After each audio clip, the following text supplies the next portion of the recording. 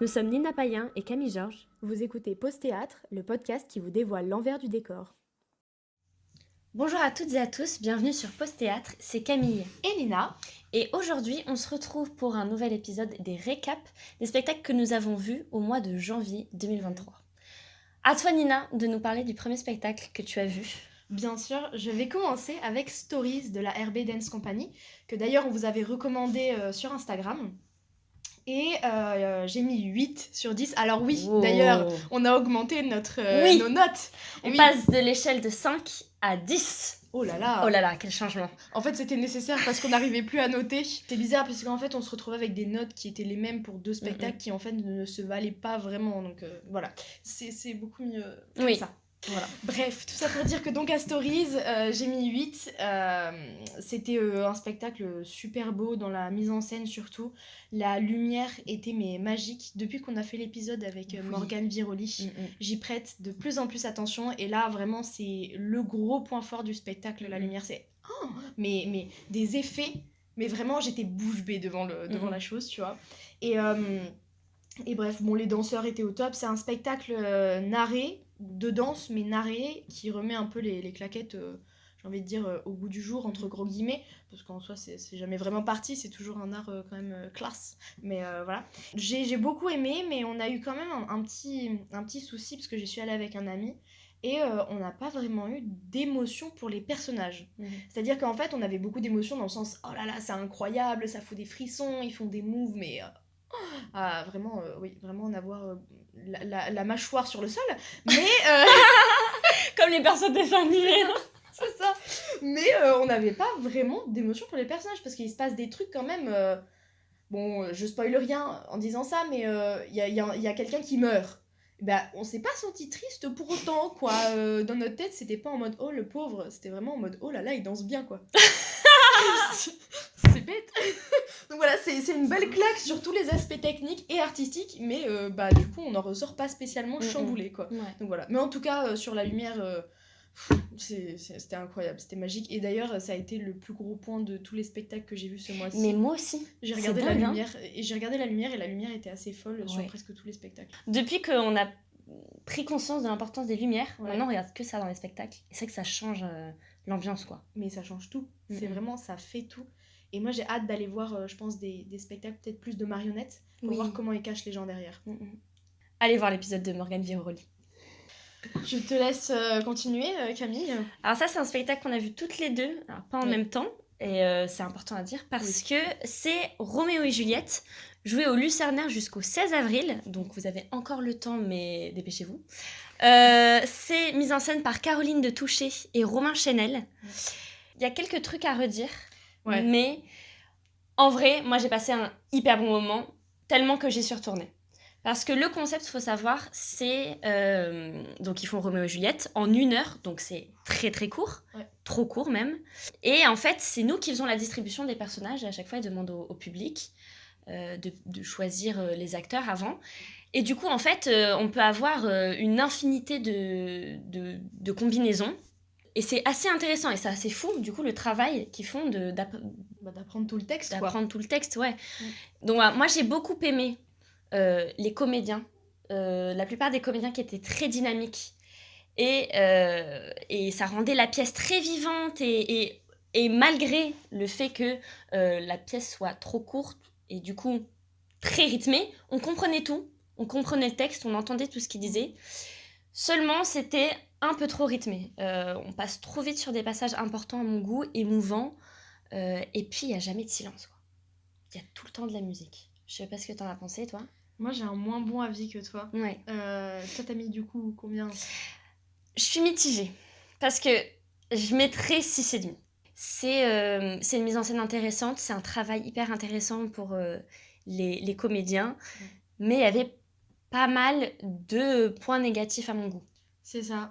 Du coup, moi, je mets 6,5 aussi, en vrai.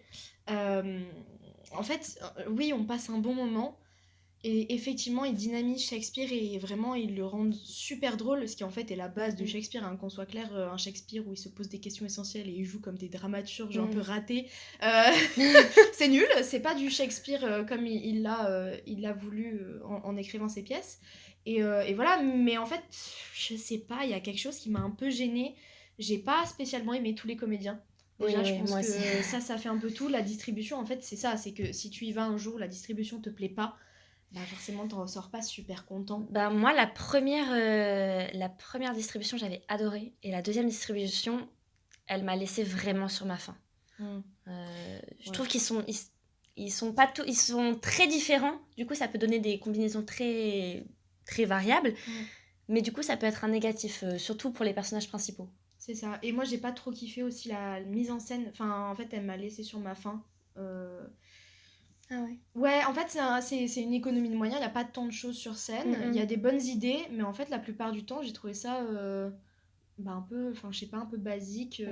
Moi, je trouve que la mise en scène était sobre et que ça compensait le fait que ça bouge beaucoup, le spectacle. C'est sûr. Non, en vrai, si vous pouvez aller le voir, allez-y, parce que c'est quand même prouesse technique de la part des comédiens d'apprendre et tout. Et vous passez quand même un super bon moment. Et en plus de ça, ça pose la question du genre au sein des œuvres de Shakespeare. Donc c'est toujours une bonne idée. En plus de ça, si vous êtes étudiant ou si vous avez moins de 26 ans, le Lucernaire, c'est 10 € la place. Donc ça vaut vraiment le coup pour ça. Ouais. Ensuite, c'est moi qui vais parler, encore.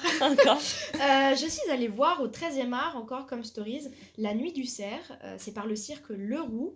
Donc c'est un spectacle de cirque, bien évidemment. Mais un spectacle avec une histoire. Donc ça mélange un peu le théâtre et le cirque, il y a du dialogue dedans. J'ai mis 8 sur 10. C'était vraiment très très bon et en fait... c'est du cirque. Moi, je tombe amoureuse de presque tous les spectacles de cirque que je vais voir de toute façon parce que je redeviens enfant devant et à chaque fois je m'émerveille et je ressors, je suis trop contente parce que c'est un art, j'ai pas l'habitude encore d'aller voir beaucoup de spectacles, je vais en voir de plus en plus et je découvre. Et en fait, j'adore ça, enfin, j'aime beaucoup. J'ai mis 8, pourquoi ? Parce qu'il y a 2 points quand même qui sont enlevés, parce que même si c'était super beau, la mise en scène est top, les décors sont vraiment... c'est très intelligent ce qu'ils ont fait. Je vous laisse aller le voir. Alors je crois qu'ils sont plus au 13e art, mais ils sont partis en tournée. Donc voilà. En tout cas, ce sont des comédiens et surtout des artistes, des circassiens excellents. Bref, tout ça. Mais donc les 2 points enlevés, c'est parce qu'en fait, des fois, j'avais l'impression que c'était du cirque pour du cirque. On tombait un peu dans l'espèce de performance, alors que la plupart du temps, j'ai l'impression que c'était lié avec l'histoire, ça développait les relations entre les personnages, ou alors ça développait justement la trame de l'histoire. Mais des fois, il y a des moments où ils faisaient des accros et tu te demandais pourquoi ils faisaient ça à ce moment-là. Ça n'avait pas trop de sens. Voilà, du coup ça m'a un peu bugué, mais à part ça c'était très beau et puis j'étais très contente d'y aller, quoi. Ensuite nous sommes allés voir Fin de partie de Beckett, bien évidemment, mise en scène par Jacques Osinski au théâtre de l'Atelier, visible jusqu'au 5 mars. Quelle note as-tu mis, Nina ? Eh bien écoute, moi j'ai mis la note de 7 sur 10. Ouais, moi pareil. Toi pareil, d'accord. En fait, moi, j'avoue que j'ai toujours du mal avec Beckett. Ça a du mal à m'atteindre, je pense, comme un peu tout le monde, mais j'ai vraiment du mal à rentrer dedans et je trouve que les 2 heures, on les sent passer quand même. Tu te demandes un peu quand est-ce que ça va se terminer, quand est-ce que ça va avancer, parce que, spoiler alerte, ça n'avance jamais. Mais c'est porté par des acteurs vraiment tellement incroyables. Denis Lavant, qui joue Clove, et Frédéric Legends, j'espère qu'on prononce comme ça, qui fait Am. Ils sont vraiment incroyables. Et Denis Lavant, il a 60 ans. Il m'impressionne. Il a une souplesse, il a une gestuelle que... Mais moi, je suis pas capable de faire ça. Hein. Je sais pas, il est... Ah, il m'a impressionné. Il pète la forme. Ah, il pète la forme. Et puis à la fin, il a encore de l'énergie. Ouais. Il sort des coulisses pour saluer et il fait des petites cabrioles, il fait des petits sauts, tu vois. Tu te dis, oh mon Dieu, je veux être pareil, moi aussi. C'est clair, je veux vieillir comme lui. Hein. Mais oui, incroyable. Donc, moi j'ai du mal à me mettre dans du Beckett, mais j'ai trouvé que la mise en scène était très sobre, efficace, respectueuse de l'esprit de Beckett. Et... Enfin, voilà. Ouais, en fait, moi, c'est plus cet aspect-là qui m'a chiffonné parce que Beckett, moi j'adore. Mm, mm. Surtout Fin de partie, c'est ma pièce préférée de ce dramaturge. Et donc j'y allais avec beaucoup d'a priori, enfin en tout cas d'attente, parce que j'aime trop cette pièce, voilà. Mhm. Et effectivement, en fait, c'est une mise en scène très simple qui respecte beaucoup les didascalies de Beckett. Donc en fait, j'ai pas été spécialement surprise. C'est Ouais. pour ça que moi j'ai mis 7. C'est parce qu'en fait, j'adore Beckett, le texte est super bien joué et très bien mis en scène, mais c'est pas non plus le spectacle que je vais retenir spécialement, tu vois. Ça me fait un peu penser aux mises en scène de Clément Hervieux-Léger à la Comédie Française, où c'est très respectueux de Ouais. l'époque et ça prend pas trop de risques. C'est ça. C'est classique, c'est fidèle, donc ça marche, mais ça se mouille pas trop, je trouve. Et du coup, en fait, ce genre de spectacle, tu peux pas les noter en fait en fonction de la mise en scène, tu les notes en fonction de ton appétence pour le texte, quoi. Ouais. Si t'aimes, Et des parce que- acteurs. Et des acteurs aussi, bien évidemment. Ouais. Non, on vous conseille d'aller le voir, franchement, si vous avez l'occasion, foncez, parce que si vous avez jamais vu du Beckett, si Oui. vous n'avez pas lu Beckett non plus, c'est des textes qu'il faut connaître, et puis en plus, c'est pas mis en scène tant que ça. Bah franchement, foncez, quoi. Mm, mm. Ensuite, je vais vous parler de La Campagne, qui est un spectacle qui s'est joué au Théâtre du Rond-Point et qui a été mis en scène par Sylvain Maurice. Alors, c'est un texte de Martin Krimp, qui est un auteur anglais. J'ai mis la note de 7 à ce spectacle aussi, comme Fin de partie, parce qu'en fait, c'était très intéressant sur la mise en scène, les lumières aussi. En fait, il y a des rideaux en fond de scène qui bougent et, au cours du spectacle, et du coup, je me suis dit que ça devait sûrement représenter, je sais pas, l'avancée de l'histoire et des relations des personnages. Mais en fait, ça fait mal aux yeux. Bah oui, parce qu'en fait, ça crée une espèce d'effet de contre-jour et les yeux se fatiguent au bout du spectacle. Non, mais il y a des fois, en fait, on les voit presque en ombre. Alors, c'est joli, hein, mais tout le spectacle, je crois que le spectacle, il dure 2 heures en plus. C'est un spectacle un peu Ouais. mastodonte, tu vois. Bon, j'aurais bien aimé que mes yeux se relaxent un minimum. Voilà, en plus de ça, le texte, il est super dur à rendre dynamique, je pense. Enfin, c'est l'écriture anglaise et toutes les pièces anglaises que j'ai pu écouter, voir, à chaque fois, les textes, ils sont très particuliers, très ancrés dans une espèce d'ambiance lourde, avec des sujets aussi importants, mais enfin, je sais pas, c'est très bizarre. C'est vraiment pas spécialement joyeux. C'est pas apprendre par le rire, comme, Oui, c'est vrai. comme Molière. C'est apprendre avec une ambiance, t'inquiète, t'apprends. Voilà. Bref, tout ça pour dire que même si l'ambiance elle est lourde, bah, les comédiens sont excellents. Vraiment, tout était naturel. En fait, enfin, oui, c'est le job d'un comédien de rendre les interactions naturelles, etc., les hésitations, etc., enfin, de les rendre bien. Mais je sais pas, ça m'a spécialement, ça m'a frappé dans ce spectacle-là. Quand il y avait des conversations au téléphone, j'y croyais, quoi. Mais j'y croyais vraiment. Il y a plein de spectacles où t'es en mode, oui, j'accepte, oui, je comprends. Mais là, enfin, je sais pas. C'est peut-être que j'étais un peu fatiguée. Peut-être qu'il y a de ça aussi qui joue. Mais c'était vraiment très bon comme jeu. Voilà. Et c'est pour ça que j'ai mis un 7. Parce que écriture particulière, type de théâtre, qui n'est pas ce que je préfère en soi. Moi, j'aime le théâtre classique. Les trucs qui font rire, les trucs dynamiques. C'est pas exactement ça. Et voilà, puis après, oui, bon, il y a de la musique un peu stressante. En fait, ça rentre dans l'espèce d'ambiance thriller du spectacle. Mais il y a des moments où je n'ai pas trouvé ça nécessaire. Mais en tout cas, c'est un texte tout de même bien représenté. Donc voilà, un bon 7 tout de même. Donc, quant à moi, je vais vous parler de La Dame de la Mer, d'Henrik Ibsen, mise en scène par Géraldine Martineau à la Comédie Française, au Théâtre du Vieux Colombier, que vous pouvez voir jusqu'au 12 mars. Je reste assez mitigée sur cette pièce. Je mettrai un 6,5, 7, j'hésite encore. J'ai bien aimé, mais sans plus. En fait, le texte en soi est assez révolutionnaire. Pour l'époque, ça a été écrit au fin 19e par un homme, et c'est méga féministe. Ça parle beaucoup de l'emprisonnement en fait de la femme dans le mariage, parce que ses seules possibilités d'évolution à l'époque, c'est de se marier. On le voit à de nombreuses reprises. Et je crois que en fait, Ibsen, il avait une femme féministe, donc ça explique beaucoup de choses. Mais voilà, le texte est assez beau, assez poétique. La mise en scène, j'ai beaucoup aimé. Scénographie aussi, on est dans une forêt avec de l'eau, des arbres, une ambiance sonore légère mais présente et qui nous met bien dans l'ambiance. Il y a un gros travail sur la lumière notamment. Tout est fait pour transmettre un côté assez surnaturel dont parle la pièce, un côté surnaturel et un peu inquiétant qui est très bien transmis. Franchement, on s'y croit. Après, ce qui m'a un peu déplu, c'est que, enfin, je sais pas, j'ai trouvé ça bizarre, le jeu des acteurs. Alors, moi, je suis personne. Ils jouaient très bien, mais il y avait une sorte de déconnexion entre les personnages. J'avais l'impression qu'ils se parlaient pas vraiment et qu'ils croyaient pas à ce qu'ils disaient. En tout cas, la première partie du spectacle, c'était un peu dur à rentrer dedans parce que t'avais l'impression que c'était un peu des robots parfois. Alors peut-être je me dis, je suis tombée un mauvais jour. Encore une fois, moi je suis personne, hein, je suis nulle comparée à eux, mais c'est peut-être une volonté artistique, mais voilà, j'ai trouvé ça un peu spécial. Globalement, j'ai passé un bon moment, mais c'est pas un spectacle que déjà je retournerai voir et qui me marquera spécialement. Mais pour la mise en scène, rien que pour la mise en scène, ça vaut le coup d'y aller, je pense. Voilà. Nous continuons dans la lancée des spectacles qui n'étaient pas spécialement incroyables, malheureusement. On dit les choses. Donc je suis allée voir Pigment, mise en scène par Elodie Wallace et texte écrit par Nicolas Taffin, texte contemporain. J'ai mis 6,5. En fait, c'est bizarre à juger comme spectacle parce que le texte est plutôt bon. Même s'il énonce des vérités générales, c'est une comédie romantique, donc ça énonce des fois des trucs, on est en mode ouais bon c'est l'amour, merde, on est au courant. Enfin le texte voilà était plutôt sympa.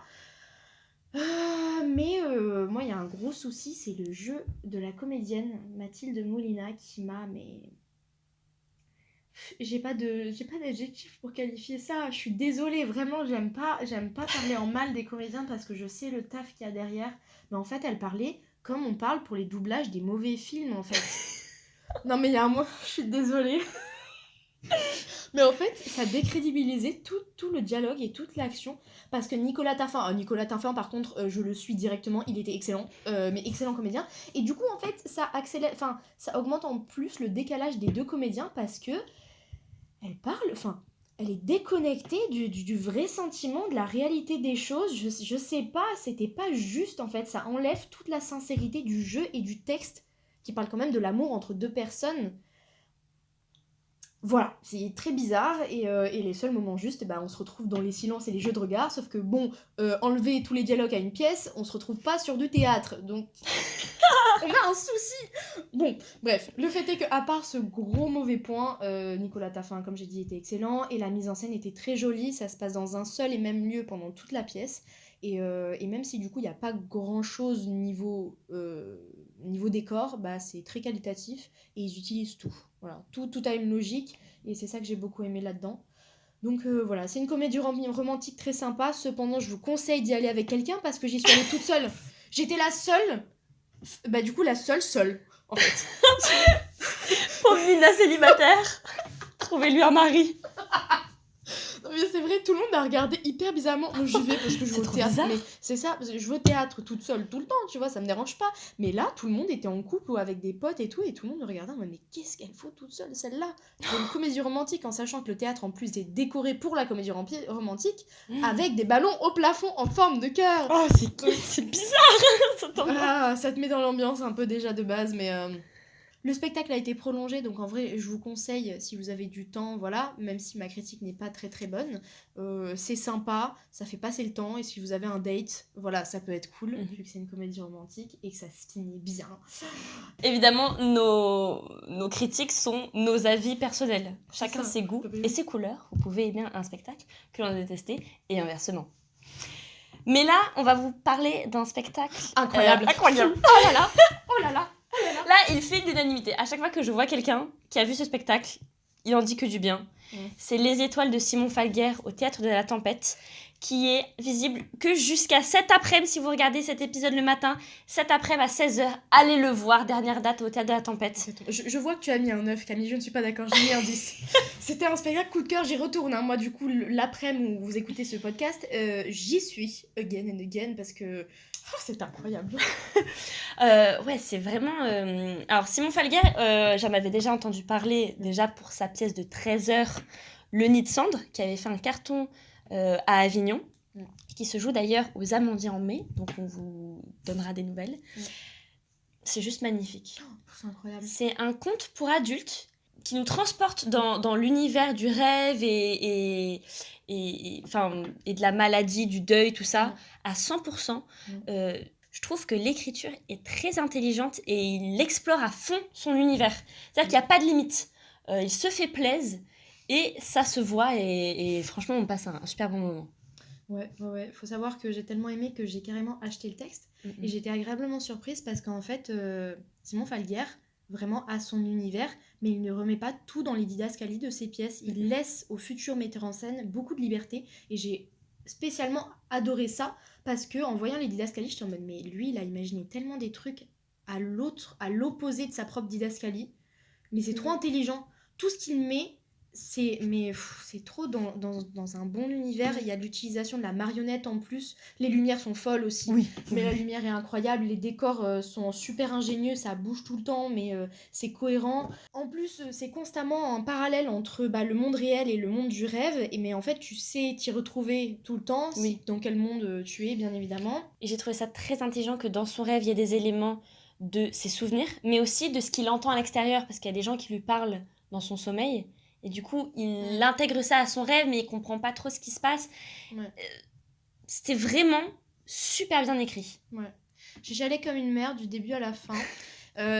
Sachez que en tout cas si vous y allez ou si vous y êtes allé, j'espère que vous aviez pris des mouchoirs parce que moi non et c'était catastrophique. Moi j'ai pas pleuré donc alors que d'habitude je chiale tout le temps. Ouais c'est vrai. C'est vraiment. Alors que moi non du coup. On a inversé nos rôles un peu. Mais c'est normal, c'est normal entre guillemets parce que c'est sur la mort, le deuil, tout ça et moi c'est des sujets qui me touchent particulièrement. Donc en fait. C'est pour ça que ça m'a beaucoup touchée. Et puis même le personnage de Jean, de l'oncle Jean, est tellement touchant qu'à chaque fois qu'il parlait, à chaque fois qu'il ouvrait la bouche, moi j'ai eu tout... Est-ce qu'on peut faire un gros big up à Stanislas Perrin qui joue Jean du coup J'avais envie de le prendre dans mes bras. De le prendre dans tes bras, mais c'est exactement de lui faire un bisou sur son crâne. Mais il joue tellement bien par contre, parce qu'il joue un adulte qui est resté enfant. Alors je ne sais pas... Un autiste. Je sais pas si c'est autiste la maladie, je ne sais pas, mais en tout cas... Mais c'est tellement juste, c'est tellement vrai. Tu as l'impression qu'il est comme ça dans la vie, quoi. Il joue tellement bien, c'est incroyable. Ça m'a fait penser au jeu de comment il s'appelle, de Jean Chevalier dans La Puce à l'oreille, à la Comédie Française. Ah, je sais pas. Où il joue où il bégaye et en fait c'est tellement juste, t'as l'impression que c'est vrai, genre... Ah non mais vraiment, bref, tout ça, l'oncle Jean, mais quel personnage, mais incroyable. En plus il est toujours juste dans tout ce qu'il dit. Le personnage en lui-même, il est tellement simple, mais... il dit les choses, quoi. Il dit des choses tellement belles. Et il pose des questions tellement innocentes, mais tellement logiques, t'as envie toi aussi d'avoir la réponse en fait. Des questions d'enfants. Ah non mais vraiment il est incroyable. En fait j'ai envie d'y retourner juste pour lui. Non en vrai tous les acteurs sont géniaux. Ah bah oui. Et mais Stanislas Perrin, des gros bisous. Je vais le suivre où qu'il aille. Je veux voir tout ce qu'il fait. Il est incroyable. Allez voir Stanislas Perrin. Et donc... on clôture cet épisode avec une comédie musicale cabaret qui s'est jouée au Lido, à la 2e salle du Lido sur les Champs-Élysées. Rien que ça, c'est classe. Oui, c'était les dernières dates là. Et voilà. Alors, c'est un budget, puisque c'est de la comédie musicale, mais purée, qu'est-ce que ça les vaut. Mais en fait, déjà, tout le budget dans la mise en scène en lui-même et dans tous les comédiens et les danseurs, du coup, parce qu'il y a vraiment la séparation entre comédiens, chanteurs et danseurs. Tout le monde est incroyable, j'ai mis 9 parce que juste c'est de la comédie musicale et du coup c'est pas ce que j'adore le plus, tu vois, j'en ressors pas tant chamboulé que ça. Mais le sujet, l'intrigue se passe juste avant la Seconde Guerre mondiale et du coup ça traite de sujets assez lourds pour une comédie musicale. En général c'est des trucs assez sympas, où tu rigoles et t'en ressors, t'es content. Là ça se finit pas spécialement bien et ça m'a d'ailleurs étonnée. Parce que les comédies musicales, ça finit toujours bien, en fait. T'es toujours content. Et là, tu ressors en mode, bon, et là, on va essayer d'éviter une autre guerre mondiale. Ça serait bien, tout de même. Donc, voilà. Mais le lieu est incroyable. En fait, la pièce cabaret dans un cabaret, c'est quand même cool. Inception. Voilà, exactement. Et puis, c'est des paillettes. Et puis, c'est de la danse. Et puis, tout est beau. Et à chaque fois... Et les chanteurs. Mais les chanteurs, il y a la chanteuse, la comédienne principale a une voix... Mais c'est incroyable, je saurais même pas la décrire tellement c'est beau. Mais bref, voilà. Si c'est prolongé, si ça retourne, ça retourne en France tout simplement, allez-y si vous avez l'occasion. C'est la fin de cet épisode de récap des spectacles du mois de janvier. On vous invite fortement à aller sur notre compte Instagram où on vous fait toutes les recommandations pour le mois de février. Et oui, ça sort une fois toutes les 2 semaines. On charbonne un peu. On charbonne. On vous en présente des spectacles. On vous en pond. Ouais. On se retrouve la semaine prochaine pour un nouvel épisode à 10h. En attendant, des bisous.